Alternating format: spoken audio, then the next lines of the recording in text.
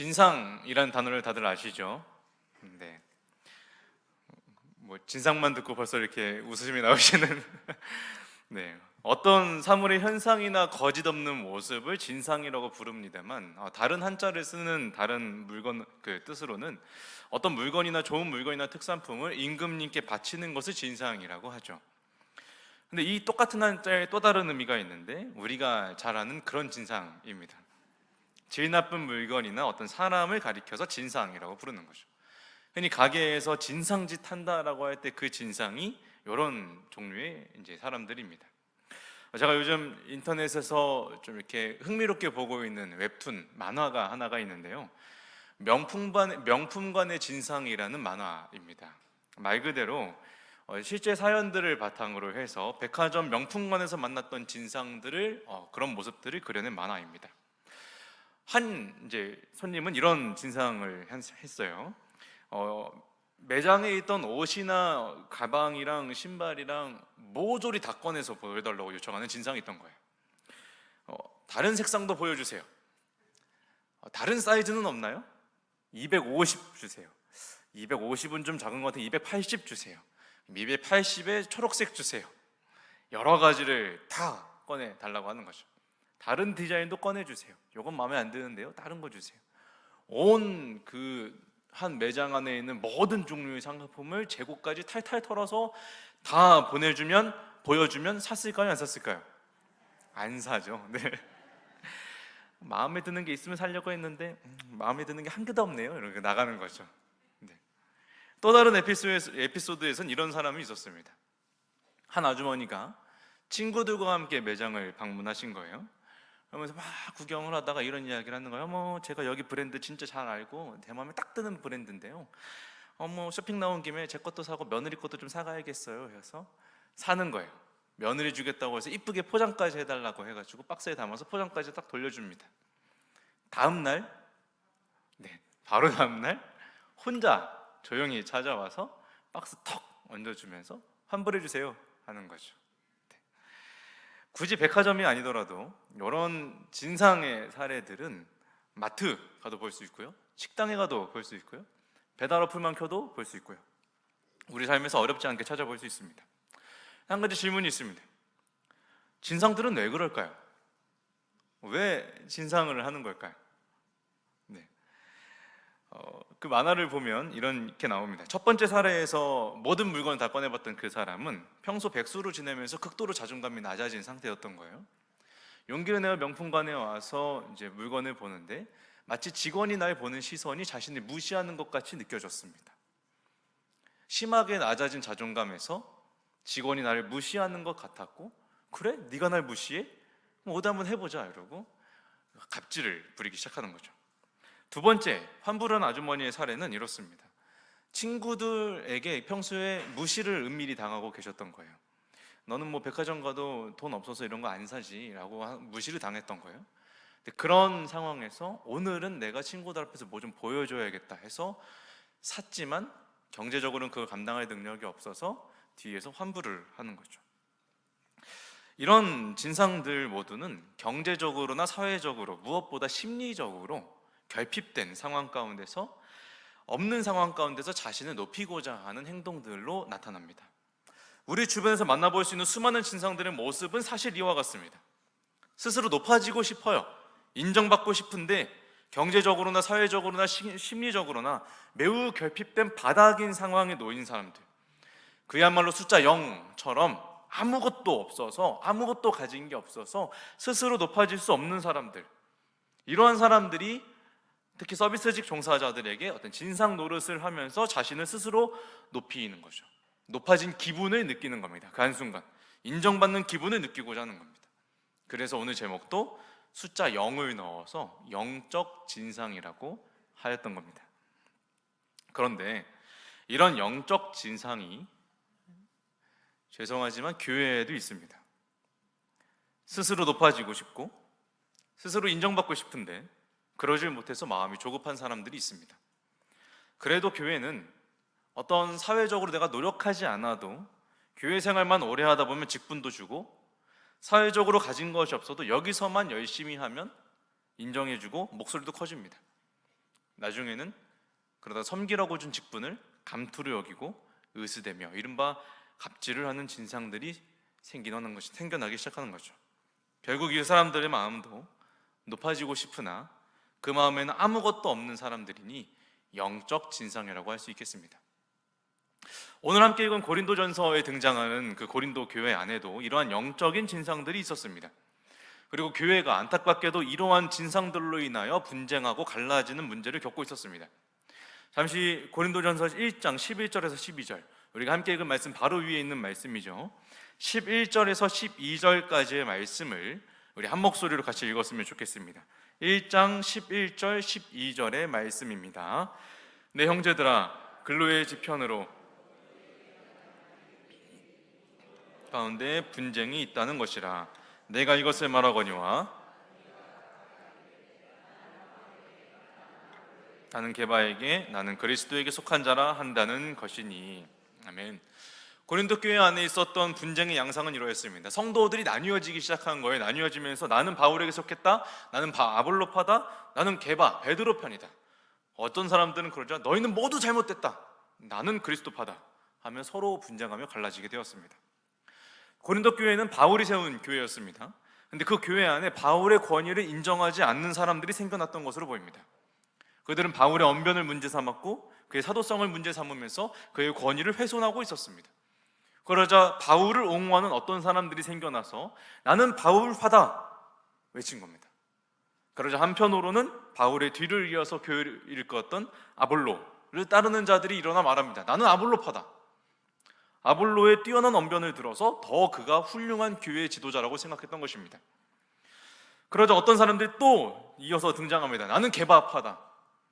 초대교회의 지도자였던, 예수님의 수제자였던 베드로의 권위를 들고 일어난 사람들이었습니다. 마지막으로 등장한 그리스도에게 속한 자들, 그리스도파라고 하는 사람들은 아마도 인간 지도자들을 우상시하는 모습들을 정죄하며 우리는 그보다 더 큰 권위, 그리스도를 따른다고 주장하는 사람들이었습니다. 이렇게 마지막에 등장한 이들은, 그리스도파 이들은 자신은 남들과는 다르다고 주장한 것처럼 보이지만 정작 사실 그들도 다른 이들과 전혀 다를 바가 없는 잘못된 모습을 가지고 있었습니다. 문제는 이것입니다. 왜 싸웠을까요? 실제로 바울과 아볼로 사이에는 어떤 분쟁과 갈등도 없었던 것으로 보입니다. 사이가 좋았어요. 근데 왜 성도들이, 그들은 가만히 있는데 제각기 목회자들을 중심으로 누가 더 낫다, 누가 더 뛰어나다를 주장하며 갈라지게 된 걸까요? 그들이 나뉘어지게 된 가장 근본적인 원인은 성도들 스스로가 높아지고자 하는 마음이 있었습니다. 그들은 각각 교회 지도자들의 권위에 기대어서 바울과 아볼로, 베드로, 나아가 그리스도의 이름까지 들먹이면서 그들을 따르는 자신들이 더 지혜롭고 그들을 따르는 자신들이 더 우월하고 더 뛰어나다라고 생각했습니다. 그것을 인정받고 싶었던 거예요. 스스로 자랑하며 우쭐대고 싶었던 것입니다. 표면적으로 드러난 문제는 분쟁이었지만 정작 그 안에 있었던 정말 큰 문제는 분쟁과 갈등이 아니었습니다. 서로를 향한 미움도 아니었습니다. 단지 자기 스스로를 인간적으로 자랑하고 스스로 높아지고자 하는 영적인 진상의 문제였습니다. 그렇게 바울은 편지를 통해서 이러한 영적 진상들에 대하여 처방을 내립니다. 분쟁 이면에 존재했던 자기 자랑, 높아지고자 하는 욕구를 꼬집어서 그들을 복음으로 바로잡고자 했던 것입니다. 오늘 우리는 이 말씀을 통하여 과연 우리는 영적인 진상이 되지 않기 위하여 어떻게 해야 되는지 함께 살펴보고자 합니다. 첫 번째로 바울이 내린 첫 번째 처방은 그들의 실태를 밝히 보여주는 것이었습니다. 그렇게 의스되는 무리들을 향하여 그들이 실제로는 아무것도 아닌 자들임을 보여주면서 너 지금 진상짓 하고 있는 거야, 너 지금 아무것도 아닌데 진상짓 하고 있는 거야 라고 알려주는 것이죠. 먼저 바울은 말합니다. 26절 앞부분의 말씀입니다. 형제들아, 너희의 부르심을 보라. 하나님께서 너희를 어디에서부터 불러내었는지를 보라는 것입니다. 너희가 원래 어디에 있었는지를 다시 생각해 보라는 말입니다. 이어서 26절 하반절부터 28절까지 바울은 자신을 자랑하고 있던 고린도 성도들의 실태를 가감없이 보여줍니다. 26절에서 바울은 말합니다. 너희 중에 지혜로운 자가 많지 않고 능력 있는 자가 많지 않고 문벌 좋은 자, 곧 학력 좋은 자가 많지 않다. 여기서 많지 않다라는 표현은 말 그대로 그냥 있는데 적다라는 뜻이 아니라 완곡한 표현으로서 없다라는 뜻입니다. 너희 중에 지혜로운 사람이 없다. 너희 중에 능력 있는 사람도 없다. 너희 중에 문벌 좋은 사람도 없다. 또한 27절, 28절의 말씀입니다. 너희는 세상에 미련한 것들이다. 너희는 세상에 약한 것들이다. 세상에 천한 것이며 멸시받는 것들이고 없는 것들이다 라고 바울은 노골적으로 이야기합니다. 여기서 없는 것들이라는 표현은 그냥 아무것도 없는 자를 의미합니다. 정말 그냥 아무것도 없어서 존재감마저 없는 사람들을 의미합니다. 재산이나 소유가 아니라 그냥 그 사람의 존재 자체가 없는 것처럼 여겨지는 거예요. 이처럼 당시 고린도 교회의 성도들은 대부분 사회의 상층민으로서 인정받는 자들이 아니라 대부분 사회적으로 하층민에 속한 자들이었습니다. 지혜로운 자, 능력 있는 자, 스펙 좋은 자들이 아니라 세상이 보기에 미련하고 약하고 낮은 자들, 멸시받는 위치에 처한 자들, 그들이 모여있던 거예요. 특히 사회적인 인정과 명예를 중요시했던 당시 사회에서 이 고린도 교회 안에 모여있던 사람들은 존재감마저 없는 사람들이었습니다. 인정받는 존재감, 존중받는 명예로운 존재감마저 없는 것들이에요. 바울은 교회 안에서 스스로를 더 높이고 교회 안에서 내가 더 낫다고 주장하는 자들을 향하여 그들의 시체를 밝히 보여주는 겁니다. 너희는 세상적으로 아무것도 아닌 자들이다. 몸에 둘러져 있던 화려한 치장이 가득한 그 옷을 벗겨버리고 알몸을 아무것도 없는 헐거벗은 모습으로 만들어내어서 그들 스스로 아무것도 없는 자들임을 보여주는 것입니다. 우리가 영적인 진상이 되지 않기 위한 가장 첫 번째 방법은 내가 아무것도 아님을 인정하는 겁니다. 나의 연약함, 나의 부족함, 스스로 솔직하게 드러내어 보이고 인정하는 겁니다. 사실 자신의 부족함을 감추고 그 무엇을 통해서라도 나를 화려하게 치장하는 것은 예로부터 이어져 내려온 인간의 본성 같기도 한 것입니다. 화려한 겉모습을 통해 내 안에는 연약함을 숨기는 것이죠. 고린도 교회 성도들이 사회적으로나 경제적으로나 아무것도 가진 자들이 없어서 그나마 있는 교회 지도자들의 권위를 못 입었던 것처럼 오늘날 우리는 스스로를 높아지기 위해, 스스로를 자랑하기 위해 많은 노력을 기울이고 몸에 맞지도 않는 옷을 챙겨 입습니다. 오늘날 우리가 왜 분쟁하고 왜 갈등합니까? 왜 교회 안에 갈등이 발생합니까? 내가 약하다는 것을, 내가 부족하다는 것을 인정하지 않으려 하기 때문입니다. 잘못했다는 말을 하기가 어렵습니다. 내가 부족해서 그렇다는 말을 꺼내기가 너무나도 어렵습니다. 특히 시간이 지나고 나이가 들어가고 직분을 받을수록 이것을 인정하는 게 더 어렵습니다. 이것을 인정하면 지는 것 같고 내 권위가, 내 지위가 낮아질 것만 같습니다. 스스로 감추고 높아지고 싶은 마음으로 인해 우리는 갈등하고 다투고 나누입니다. 그런데 오늘 말씀은 우리에게 솔직해질 것을 요구합니다. 아무것도 없다면 아무것도 없는 대로, 약하다면 약한 대로, 부족하다면 부족한 대로 우리는 인정해야 합니다. 왜 그렇습니까? 하나님이 우리가 어떤 사람인지를 잘 아시기 때문입니다. 너희가 어디에서부터 부르심을 받았는지를 보라. 하나님은 우리가 얼마나 연약하고 부족했는지를 다 아시는 분이십니다. 그곳에서부터 우리를 불러내신 분이십니다. 그런데 그런 하나님 앞에 우리가 뭘 숨길 수 있겠습니까? 바라기는 하나님 앞에서 자신의 연약함을 솔직하게 인정하게 되는 우리가 되기를 소망합니다. 바울이 내린 두 번째 처방은 우리의 기준이 세상과는 다름을 알려주는 것입니다. 우리 27절과 28절의 말씀을 함께 읽도록 하겠습니다. 27절, 28절의 말씀입니다. 그러나 하나님께서 세상에 미련한 것들을 택하사 지혜 있는 자들을 부끄럽게 하려 하시고 세상에 약한 것들을 택하사 강한 것들을 부끄럽게 하려 하시며 하나님께서 세상에 천한 것들과 멸시받는 것들과 없는 것들을 택하사 있는 것들을 폐하려 하시나니. 아멘. 바울은 앞서서 우리의 부끄러운 실태를 밝혀냈습니다. 화려한 옷 속에 감추고 있었던 우리의 진상이 실상은 아무것도 없는 자들이었고 있으나 마나한 사람들, 아무런 가치와 아무런 명예조차 없는 그런 사람들임을 밝혀냈습니다. 바울이 이렇게 우리를 까말리는 것은 우리를 부끄럽게 하려 함이 아닙니다. 더 중요한 사실, 하나님의 가치, 하나님의 기준을 우리에게 알려주기 위함이었습니다. 26절에서 바울은 우리 중에 지혜로운 자가 많지 않고 능력 있는 자, 문벌 좋은 자가 많지 않다 하였으나 그 앞에 육체를 따라라는 조건을 붙였습니다. 육체를 따라. 곧 세상의 기준으로 보면 그렇다는 거예요. 세상의 기준으로 보면 우리는 그런 자들입니다. 미련한 자들이고요, 능력 없는 자들이고요, 스펙 없는 자들이 모인 곳이 바로 교회입니다. 어딘가 아프고 어딘가 부족한 사람들이 모인 곳이 바로 교회입니다. 그런데 하나님은 세상으로부터 그런 사람들을 불러 모으셨습니다. 그러한 세상의 기준에서 벗어나 소외되고 존재감도 없이 살았던 사람들을 부르셨습니다. 돌이켜보면 예수님의 사역도 이런 모습을 잘 보여주었습니다. 12명의 제자들, 세상의 기준으로 보면 엘리트에서 벗어난 사람들이었습니다. 사람들로부터 멸시받고 조롱받는 세리도 섞여 있었습니다. 예수님 주위에는 늘상 죄인들과 병든 자들과 소외된 자들이 부름받고 모여 앉아 있었습니다. 이와 같이 하나님은 세상의 기준에서 모자란 자들, 소외된 자들을 부르십니다. 그러한 이유가 무엇입니까? 세상의 가치와 세상의 기준을 무너뜨리기 위함입니다. 27절과 28절에 나타난 그 대비들을 한번 보기로 원합니다. 하나님께서 세상의 미련한 자들을 택하여 지혜로운 것들을 부끄럽게 하셨습니다.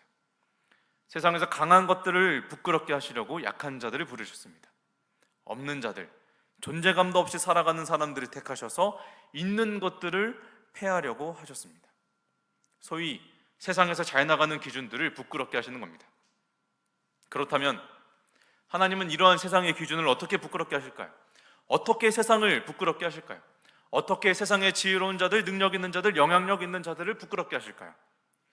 바로 그들이 가진 힘, 세상의 지혜와 능력이 아무런 소용이 없다는 것을 보여주면 됩니다. 한국에서 아무리 현금을 수백만 원을 현금을 쌓아놓고 있어도 해외 나가면 무용지물이 되는 것처럼 그들이 이 땅에서 가지고 있었던 지혜와 능력과 명예가 하나님 나라에 들어갈 때는 아무런 소용이 없음을 보여주시는 겁니다. 마치 마술사 시몬이 돈으로 성령을 살려고 하였으나 그렇지 못하고 부끄러움을 당하였던 것처럼 하나님은 이 땅에서 미련한 자들, 가난한 자들, 능력 없는 자들, 이름도 없는 자들을 택하셔서 그들을 하나님 나라에 들이시고 구원하여 주심으로 세상에서 있는 자들, 세상이 가지고 있는 가치들, 세상이 중요하다고 생각하는 그런 기준들이 전혀 소용없음을 보여주시고 그들을 부끄럽게 하시는 것입니다. 그렇다는 사실은 구원받은 자들이 모인 공동체, 교회 안에서는 더 이상 세상의 가치가 아무런 소용이 없다는 것을 의미하는 것입니다. 교회가 왜 갈등하고 교회가 왜 분쟁하고 교회가 왜 나뉩니까? 세상의 가치 기준을 가지고 와서 존중받고 인정받고 높임받으려고 하니까 그 안에서 갈등하고 싸우고 나뉘는 겁니다.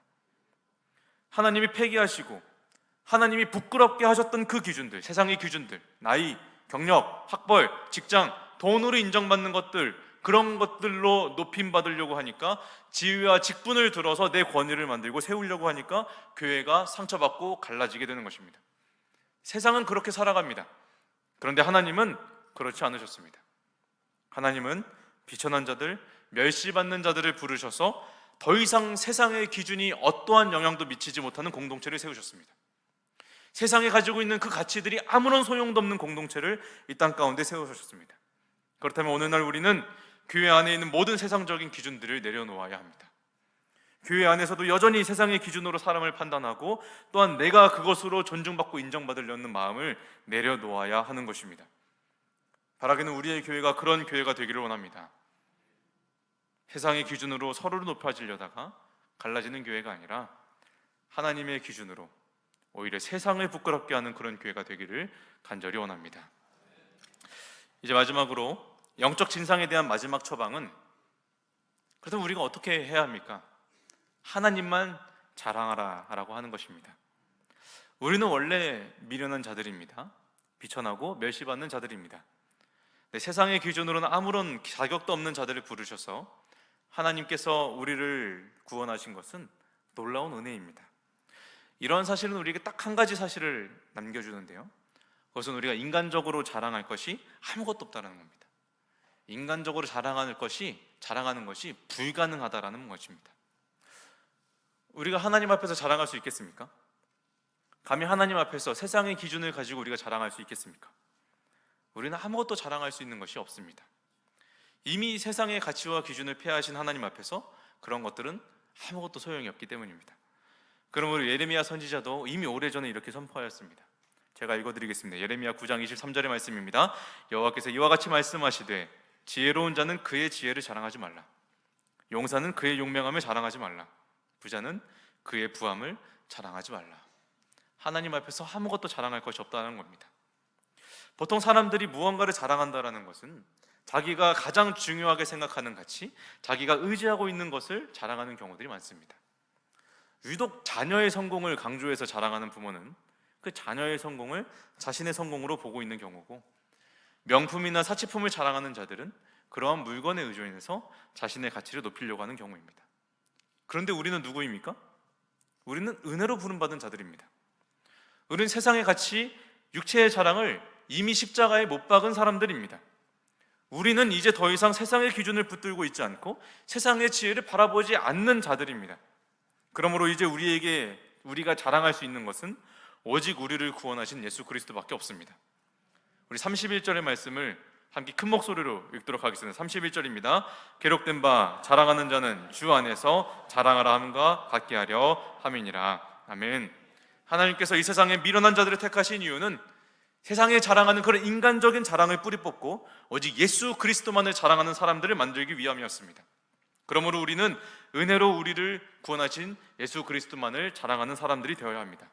바라기는 오직 예수님만을 자랑함으로 세상의 자랑을 잠재우는 자들이 되기를, 이곳에서 예수님만을 자랑함으로 세상을 잠재우는 교회가 되기를 간절히 소망합니다.